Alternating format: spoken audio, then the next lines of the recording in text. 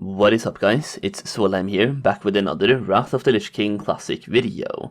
Before we start, make sure you are subscribed to the channel, as there might be some future Wrath Classic beta key giveaways on this channel, and you already know that if I get selected for those giveaways, I will give all of them to you guys. So today we will be talking about several things that you need to know about Wrath of the Lich King, things that started in Wrath of the Lich King, things that are different from TBC Classic, and just in general, things that you should know about the expansion before it comes out.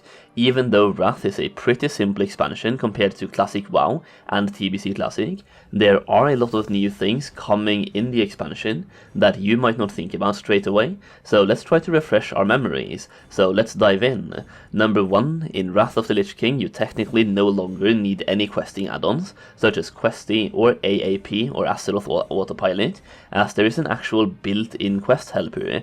Basically, whenever you click on your map, you can see exactly where on the map you need to go in order to complete your quest objectives, whether that is to where to find the mobs or objects or where to hand in quests. It's a lot more streamlined than it was in TBC Classic and Classic WoW, where you literally had to read the quest text in order to find out where to go, or resort to third-party programs or add-ons to guide you. It should be mentioned that this was not actually there at the launch of Wrath back in the day, but was added pretty late in the expansion itself, so whether or not this will actually be there in Wrath Classic is actually a question that we should get answered, and we probably will during the Wrath beta. So number 2, this one is actually pretty big. If you don't have cold weather flying, or you cannot afford flying skill, there's actually a way to fly for free in certain northern zones.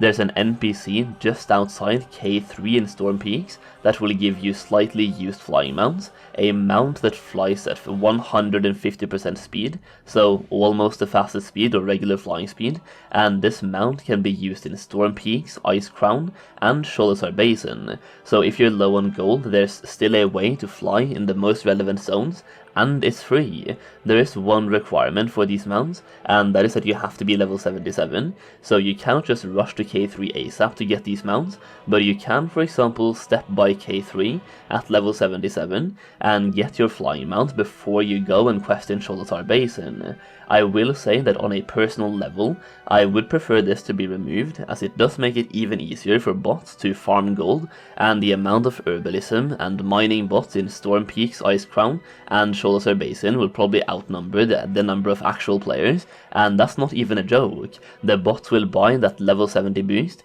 level up to 77, and get a literal 150% flying mount for free. So if you thought botting in TBC Classic was bad, prepare yourself for something far worse. Number 3, this one is pretty obvious to those of you who played Wrath before, but it's still worth a mention as it's a pretty big difference from TBC. We have 2 different starter zones to choose from, Borean Tundra, or Boring Tundra as some people call it, and Howling Fjord.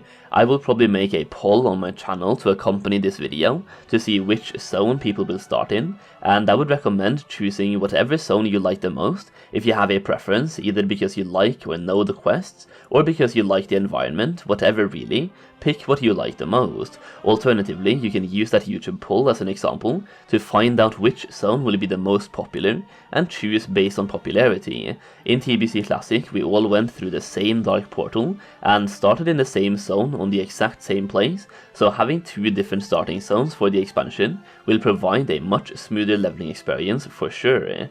Number 4, in Wrath of the Lich King, the factions native to Northrend will have their own unique Tabards that will help you obtain reputation with that faction. These Tabards are unlocked and purchasable once you reach friendly reputation with that faction, and by equipping these Tabards, you will gain extra reputation towards that faction while inside level 80 dungeons, allowing you to max out your reputation while obtaining your pre-basic gearing or pre-basic gear or farming dungeons for other purposes, such as gold or emblems. Number 5, speaking of emblems, let's talk a little bit about those as well. Emblems are a pretty big thing in Wrath, and you can obtain them in various ways. With the dungeon finder removed, that does remove one way of obtaining emblems, as they did come from that RDF bonus, but you also have daily heroic dungeon quests, weekly raid quests, some raid bosses drop emblems, and there's even emblems that you get from every single dungeon boss that you kill on heroic difficulty, which is the Emblem of Heroism, or later the Emblem of Triumph. Different emblems can be used to purchase epic gear, literal best-in-slot pieces, epic gems, and heirlooms. It is basically like the badge system we have for heroic dungeons in TBC Classic, but expanded even further, so you can buy certain items that are best in slot, and you can grind out emblems by farming heroic dungeons, helping you gear up even faster. You can even use these emblems for gold making, as you can buy certain tradable items and materials with these emblems, such as, for example, Primordial Saronite can be purchased for Emblems of Frost in the Icecrown Citadel content patch. Also, if you don't want to spend your emblems to make gold, but you're still looking to make some gold, you might want to consider checking out my Wrath Classic Gold Guide, which contains multiple different gold farms, gold making strategies and techniques, and it's basically a guide that contains everything I know about making gold in Wrath, wrapped into one document viewable as a PDF or a Google document. The link to that guide is down below in the video description, and by purchasing the guide once, you will also receive all of the future updates for free, and right now you can also get it for 50% off by using the code Solheim. So once again, make sure you check it out through the link down below. Number 6, items received from dungeons can actually be traded with other people in the group for up to 2 hours. So if you receive an item that you didn't need, or maybe you accidentally clicked the wrong button, that item can be traded to somebody else in the party. Number 7, unless you've been living under a rock, you probably already know about this, but it was such a big part of Wrath of the Lich King back in the day, and it's such a hot topic now as well, that it's definitely worth mentioning in this video. The random dungeon finder will not be in Wrath Classic. Some people consider this a good thing, other people hate it. Everyone is entitled to their own opinion on the matter, and but based on their reactions when Blizzard said they were removing it entirely, it looks like the majority of people actually wanted the dungeon finder in Wrath Classic. Either that or it's the vocal minority reacting. Who knows? Let me know what you think down below in the comments. Blizzard have said that they are looking at introducing some variation of the TBC group finder tool, but it's not going to be the same either way. There are also a lot more things changing in Wrath, such as the raid lockout system, which is still being discussed as to exactly what they should do in Wrath Classic.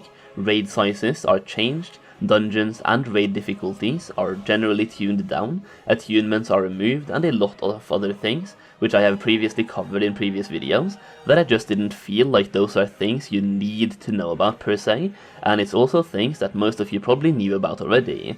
And yeah, that is pretty much what I wanted to talk about in today's video. A bunch of things, well, I guess technically 7 things, that you need to know about for Wrath of the Lich King Classic.